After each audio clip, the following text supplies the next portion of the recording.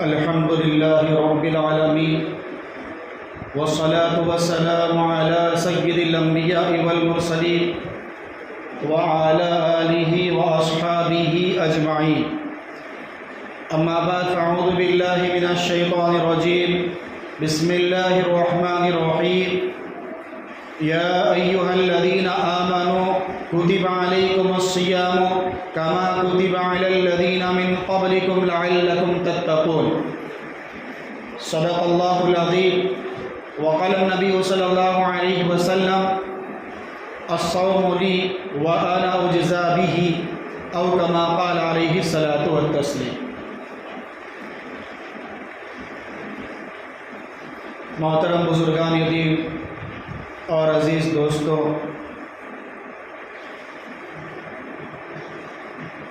یہ رمضان کا بابرکت مہینہ چل رہا ہے، جس کے اندر اللہ تبارک و تعالیٰ کی بے شمار نعمتیں، بے شمار رحمتیں اور بے شمار برکتوں کا نزول ہوتا ہے. اس ماہ مبارک کی فضیلت سے ہم میں سے ہر شخص واقف ہے کہ اس مبارک مہینے کو تمام مہینوں پر فضیلت حاصل ہے. جیسے کہ دنوں کے اعتبار سے جمعہ کا دن سب سے افضل ہے، اسی طرح سے مہینوں کے اعتبار سے رمضان کا مہینہ سب سے افضل اور بابرکت ہے. اور اسی مہینے کے اندر شامل ہونے کے لیے آپ علیہ السلام 2 مہینے پہلے سے دعا فرمایا کرتے تھے کہ یا اللہ مجھے رمضان کا مہینہ نصیب فرما دے، رمضان کے مہینے کے اندر مجھے داخل فرما دے. اس مہینے کے اندر شامل ہونے کے اللہ کے رسول صلی اللہ علیہ وسلم دعا مانگا کرتے اور صحابہ کرام کو فرماتے کہ تم بھی دعا مانگو. کیوں؟ اس لیے کہ یہ مہینہ اللہ تبارک و تعالیٰ کی رحمتوں کو لوٹنے کا مہینہ ہے، اللہ تبارک و تعالیٰ کی برکتوں کو اپنے دامن کے اندر داخل کرنے کا مہینہ ہے.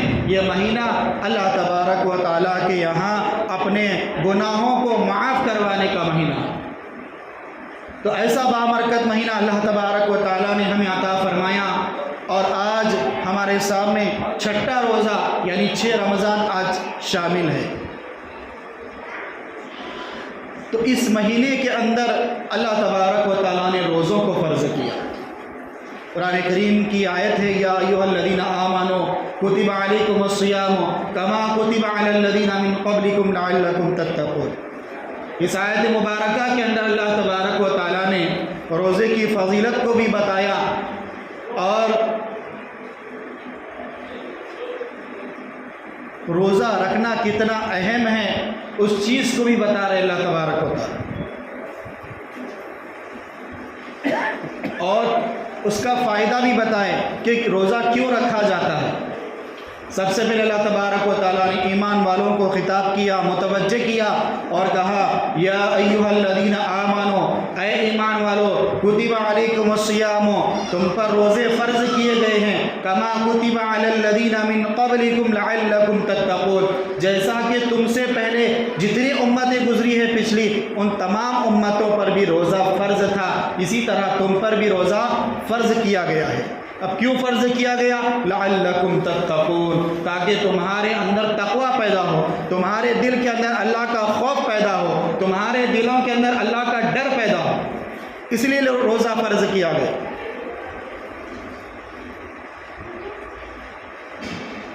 اب کچھ لوگ یہ سمجھتے ہیں کہ رمضان کی خصوصیت یہ ہے کہ دن میں روزہ رکھا جاتا ہے، رات کو تراویح پڑھی جاتی ہے، اس کے علاوہ اور کوئی فضیلت اس کی نہیں ہے.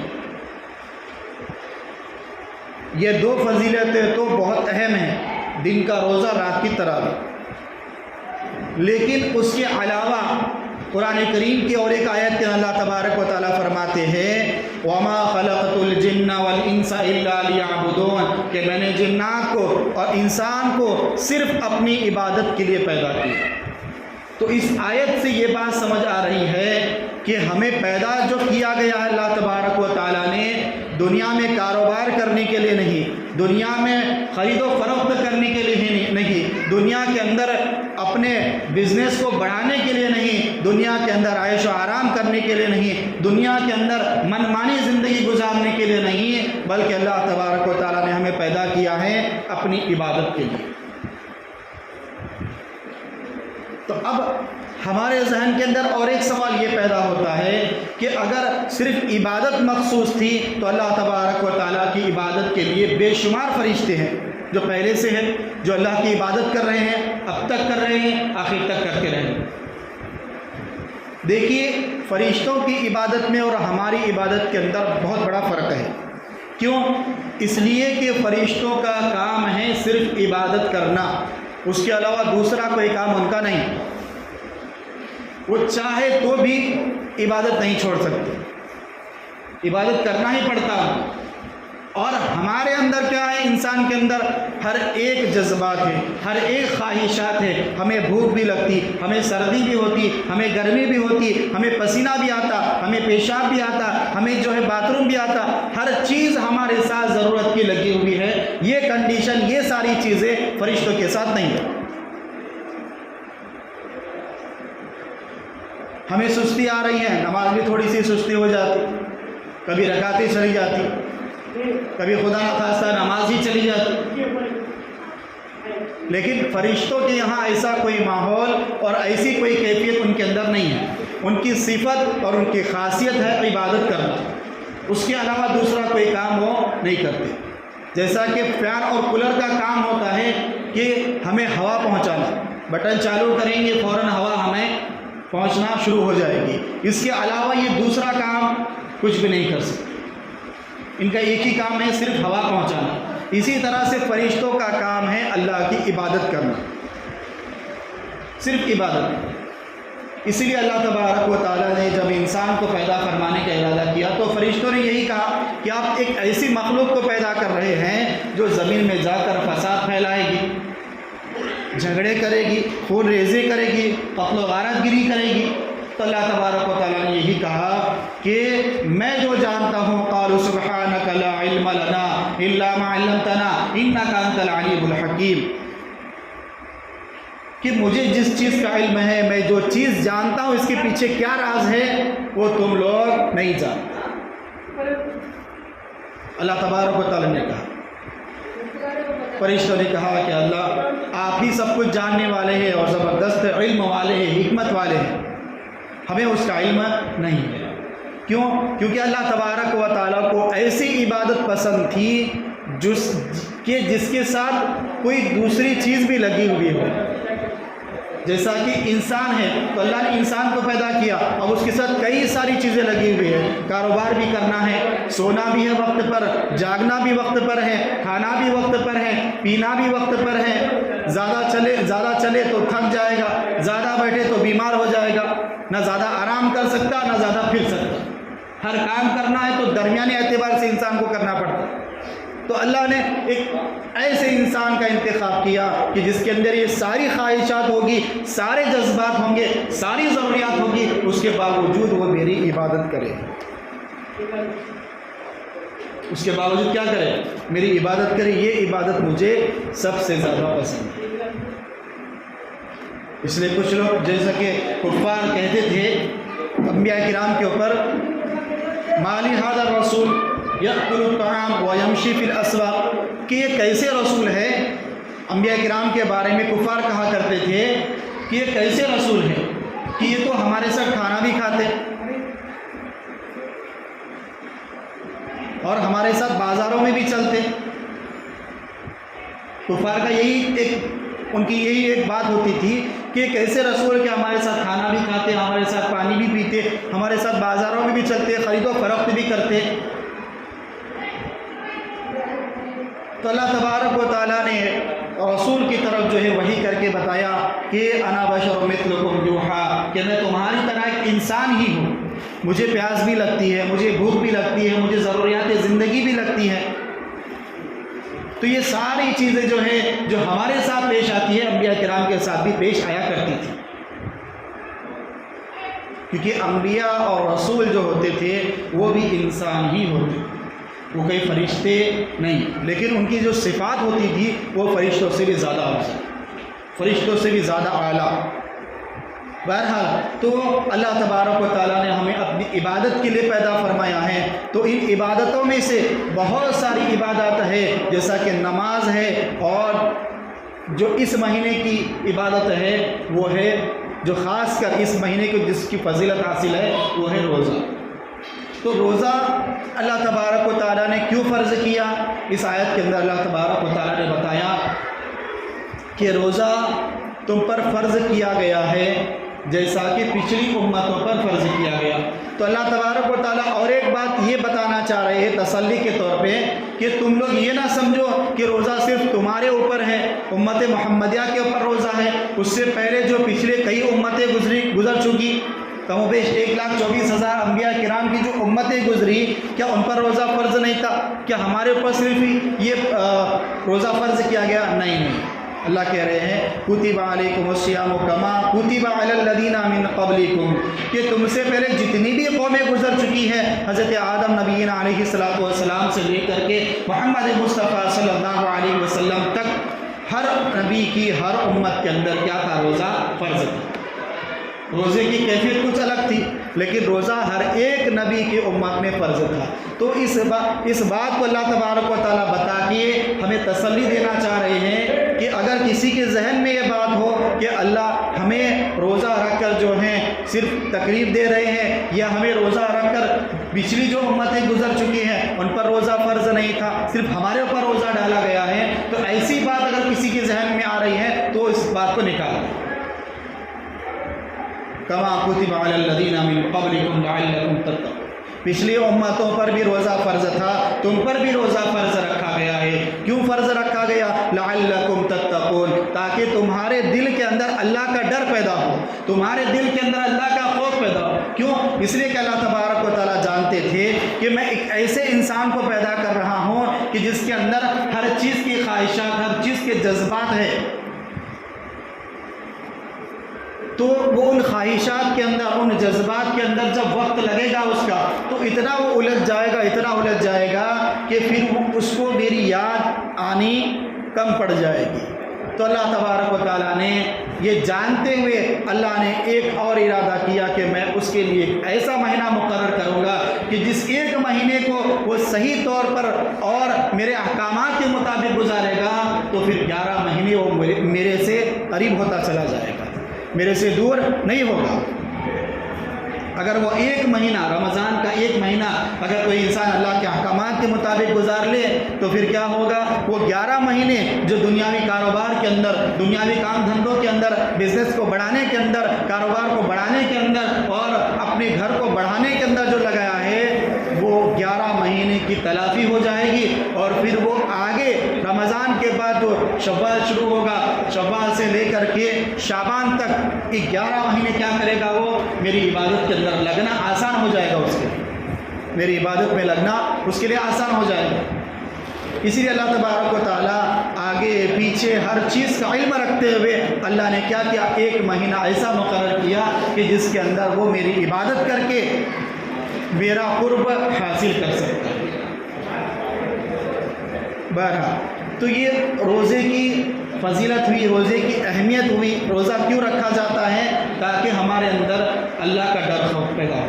کیوں؟ کیونکہ جب انسان بھوکا رہتا ہے، صبح سحری سے لے کر افطار تک، غروب آفتاب تک جب بھوکا رہے گا، تو اس کی جو نفس ہے اندر کا، اس کی جو اندر حیوانیت ہے، وہ ساری کی ساری بھوکا رہنے کی وجہ سے کیا ہے؟ کمزور پڑ جاتی ہے۔ اس لیے آپ نے دیکھا ہوگا اور آپ نے اندازہ بھی لگایا ہوگا کہ جو لوگ غیر رمضان میں، رمضان کے علاوہ میں ایک نماز نہیں پڑھتے، صرف جمعہ سے جمعہ آتے، ویسے لوگ بھی رمضان کے مہینے میں 5 نمازوں کی پابندی کرتے نہیں کرتے؟ ماشاءاللہ آپ کرتے ہی ہیں، پورے سال ہی میں آپ جو ہے 5 نمازوں کی پابندی کرتے ہیں، اور جو 5 نمازوں کی پابندی کرتے ہیں ان کی عبادت میں اور اضافہ ہو جاتا ہے، ان کی قرآن کی تلاوت میں اور اضافہ ہو جاتا، ان کے ذکر و اذکار کے اندر اور اضافہ ہو جاتا۔ کیوں؟ اس کی خصوصیت ہے، اس مہینے کی خصوصیت ہے۔ اور اس ماہ مبارک کے اندر اللہ تبارک و تعالیٰ جو ہے شیطان کو قید کر دیتے، لیکن ایک شیطان آزاد رہتا، اور وہ کون ہے؟ وہ ہمارا نفس ہے۔ سمجھ رہے؟ ہمارا نفس ہے کہ جو چاہے رمضان ہو چاہے لیلۃ القدر ہو، یہ شیطان کبھی مرتا؟ وہ لوگ نہیں مرتا ہے۔ اس کو مارنے کے لیے کیا ہے؟ بہت ہی سخت لوہے کی لکڑی چاہیے، تب جا کے مرے گا یہ۔ کیوں؟ اس لیے اس کا اندازہ اس طرح سے لگائیے آپ کہ جب اللہ تبارک و تعالیٰ نے شیطان کو کیا کیا، شیطان بھی کیا ہے؟ بہت بڑا عابد تھا، بہت بڑا زاہد تھا۔ تو جب اللہ تبارک و تعالیٰ نے آدم علیہ السلام کو پیدا کیا اور فرشتوں کو حکم دیا اسجدوا لآدم، آدم کو سجدہ کرو، تو تمام فرشتوں نے سجدہ کیا سوائے ابلیس کے۔ کہا کہ میں نہیں کر سکتا، میں کیوں کروں، میں تو آدم سے افضل ہوں۔ تو اب یہاں پر دیکھیے کہ وہ شیطان ہے، وہ ابلیس ہے، تو ابلیس کو کون سے ابلیس نے بہکایا؟ دماغ لگا کر دیکھیے کہ وہاں پر شیطان ہے، اب شیطان کو کون سا شیطان اس وقت پیدا ہو گیا تھا کہ جس نے اس کو بہکایا ہے؟ نہیں، یہ خود اس کا اندر کا نفس کا شیطان تھا کہ جس نے اس کو تکبر میں اور گھمنڈ کے اندر لایا، جس کی وجہ سے اس نے کہا کہ میں آدم کو سجدہ نہیں کر سکتا۔ اس لیے جو احادیث کے اندر آتا ہے شیطان قید ہوتا ہے، وہ جو ظاہری طور پر جو شیطان ہے جو ہمیں بہکاتا ہے، ہمیں گناہوں کے اندر مبتلا کر دیتا ہے، وہ تو قید ہو جاتا ہے، لیکن ہمارا نفس کا اندر کا جو شیطان ہے وہ کبھی قید نہیں ہوتا۔ اس کو ہمیں کیا کرنا پڑتا ہے؟ اسی طرح جیسا روزہ رکھ کر کے اس کے اوپر جب لوڈ پڑے گا، بوجھ پڑے گا، وہ خود بخود کمزور ہو کر لیٹ جائے گا، خود بخود کمزور ہو کر کیا ہوگا؟ وہ لیٹے گا۔ جب لیٹ جاتا ہے تو پھر انسان کا کیا ہے؟ دل نیکیوں کی طرف آمادہ ہوتا ہے، قرآن کی تلاوت کی طرف آمادہ ہوتا ہے، ذکر و اذکار کی طرف آمادہ ہوتا ہے۔ اس لیے دیکھیے آپ جتنے بھی بیٹھے ہیں ماشاءاللہ سب روزہ رکھتے ہیں، لیکن کئی لوگ ایسے ہیں آپ کے واڑی کے اندر بھی ہوں گے، کیا نہیں ہے واڑی کے اندر، کہ جنہوں نے روزہ نہیں رکھا ہوگا، کیا واڑی میں پورے روزہ رکھتے ہیں؟ کچھ لوگ ہوتے ہیں نا گٹکے کھا کر ایسے ہی پھرتے ہوں گے آوارہ گردی کرتے ہوئے۔ تو شیطان قید ہوا، پھر ان لوگوں کو کون سا شیطان لگا ہوا ہے؟ ان کے اندر کون سا خبیث گھسا ہوا؟ یہ ان کے نفس کا خبیث ہے۔ ایسے لوگ رمضان کے آنے سے خوش نہیں ہوتے بلکہ ناراض ہوتے لوگ۔ رمضان کے آنے سے ان لوگوں کو غصہ آتا، چڑ آتی، کیوں کہ رمضان آ گیا، جیسا چاہے ویسا نہیں کھا سکتے، جیسا چاہے جہاں چائے کھڑے ہو کر چائے نہیں پی سکتے، گٹکا نہیں کھا سکتے، سگریٹ بیڑی نہیں پی سکتے، تکلیف ہوتی لوگوں، تکلیف ہوتی، حقیقت میں کہہ رہا ہوں، مسجد کے اندر بیٹھا ہوں، تکلیف ہوتی لوگوں۔ یہ رمضان کے استقبال نہیں ہے، یہ رمضان کے دشمن ہیں، یہ رمضان کے دشمن ہٹے کٹے رہتے، مضبوط ہے، ہر چیز ہے، ہر چیز سے اللہ نے جو ہے نوازا ہوا ہے، صلاحیت ہے، تندرستی ہے، عافیت کے ساتھ رکھا ہے، پھر بھی روزہ نہیں رکھ رہے ہیں، تو یہ اسلام کے حکم کا انکار کر رہے ہیں۔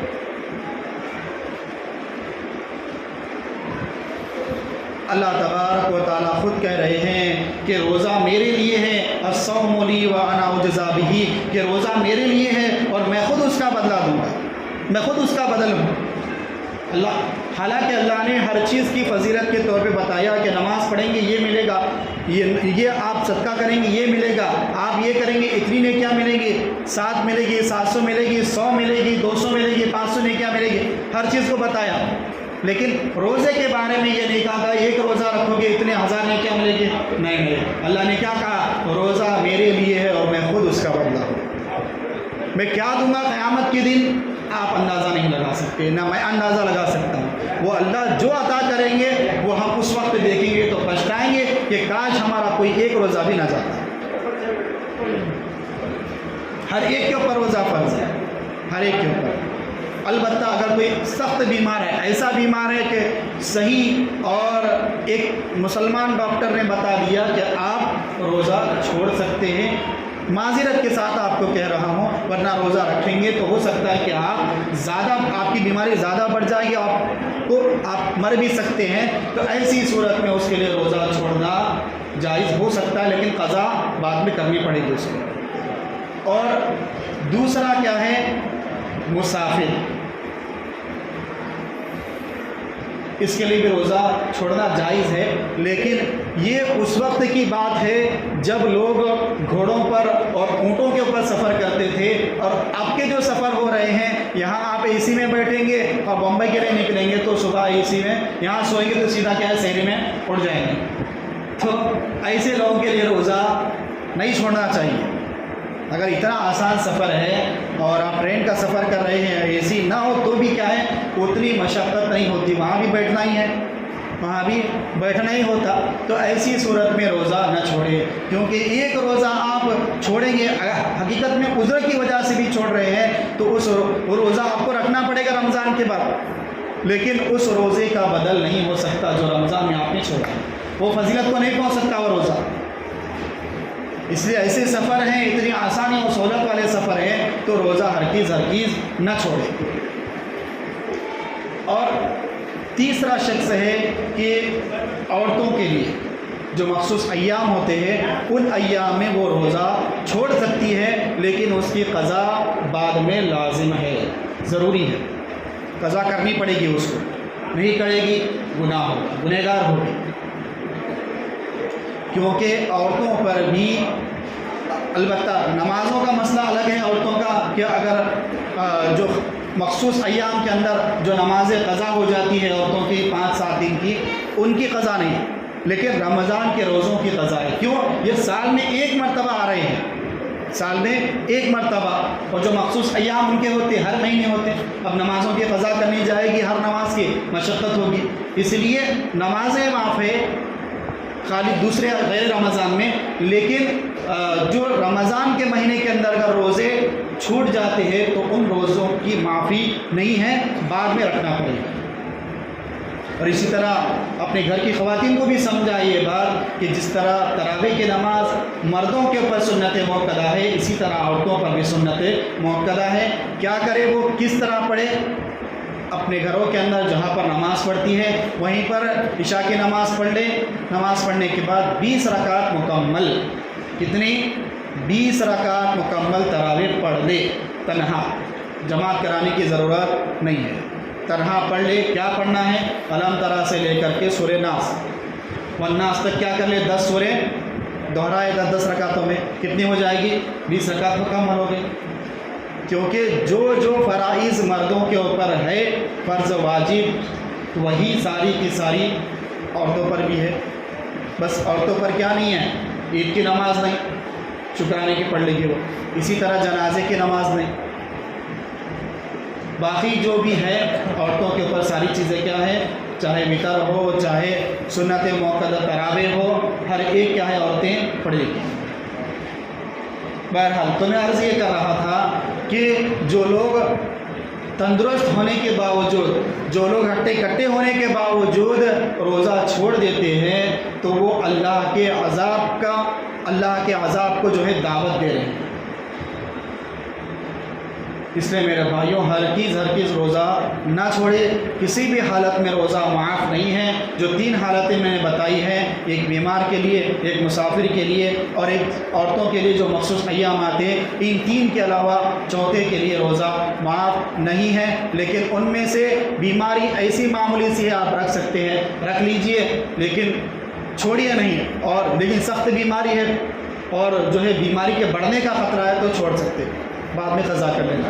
اور سفر کی تو میں یہی کہتا ہوں کہ سفر آپ کا کیسا بھی ہو، کتنا ہی لمبا ہو، روزہ ہرگز نہ چھوڑیں، کیونکہ اس کی رمضان کے مہینے میں جو روزہ رکھنے کی فضیلت ہے، اس روزے کو آپ قضا کر کے بعد میں غیر رمضان شوال کے مہینے میں آپ رکھ لیں گے تو کوئی فضیلت حاصل نہیں ہوگی، یاد رکھیں۔ بہرحال تو روزے کی فضیلت اللہ تبارک و تعالیٰ نے خود روزے کے بارے میں فرمایا کہ روزہ میرے لیے ہے اور میں خود اس کا بدل ہوں، تو اللہ کیا اس کے بدلے میں عطا کریں گے اور کیا کیا اللہ تبارک و تعالیٰ کی طرف سے نعمتیں ہمارے اوپر مبذول ہوگی، ہم اس کا اندازہ نہیں لگا سکتے۔ اس بات سے اندازہ لگائیے کہ اللہ کے پیارے حبیب محمد مصطفیٰ صلی اللہ علیہ وسلم 2 مہینے پہلے سے رمضان کے اندر داخل ہونے کی دعا کر رہے ہیں، اللہم بارک لنا فی رجب و شعبان وبلغنا رمضان۔ یہ اللہ کے رسول کیوں دعا کر رہے ہیں؟ کیونکہ اللہ کے رسول صلی اللہ علیہ وسلم اس ماہ مبارک کی فضیلت اور نوارات برکات کو جانتے تھے کہ اس مہینے کے اندر اللہ تبارک و تعالیٰ نے کیسے برکتوں کا، رحمتوں کا جو ہے معاملہ رکھا ہے۔ 3 عشرے اس مہینے کے اندر رکھے۔ پہلا عشرہ اول رحمتہ، پہلا عشرہ رحمت کا ہے، وہ اوسط مغفرتہ، اور درمیانی جو عشرہ ہے دوسرا عشرہ مغفرت کا ہے، وآخرہ عتق من النار، اور جو آخری عشرہ ہے وہ جہنم سے آزادی کا ہے، جہنم سے خلاصی کا ہے۔ تو ایسے 3 عشرے ایک مہینے کے اندر ہمیں مل رہے ہیں، تو ان ہر ایک عشرے سے خوب فائدہ اٹھائیں، خوب دعائیں مانگے، خوب اللہ کے سامنے گڑ گڑائے۔ جو حالات ہم دیکھ رہے ہیں، مہنگائی بڑھ رہی ہے، اور اسی طرح سے ابھی جو ہم سب جانتے ہوں گے کہ لاؤڈ اسپیکر میں اذان آہستہ کر دو، یہ لوگ قانون لے کر آ رہے ہیں، اور کئی مسجدوں کے اندر اسپیکر میں آواز کو سلو کر دیا گیا، کئی مسجدوں کے اندر۔ یہ ساری جو آ رہے ہیں حالاتیں، یہ کس بنا پر؟ ہمارے اللہ سے تعلق کی کمزوری کی بنا پر۔ اب رمضان جیسا بابرکت مہینہ ہے، اب ایسے مہینے کے اندر بھی کچھ لوگ دیکھیں، آپ بازاروں کے اندر، مارکیٹ کے اندر، اپنے خود گھر کے اندر دیکھیں، برابر کھا رہے ہیں۔ رمضان ہونا نہ ہونا کچھ فرق نہیں پڑ رہا ان کو، تو کیسے مسلمان ہیں یہ؟ صرف نام کے مسلمان۔ اتنا بابرکت مہینہ، روزہ مسلمان روزہ چھوڑے، ایسا ہو نہیں سکتا، ایسا ہرگز نہیں ہو سکتا۔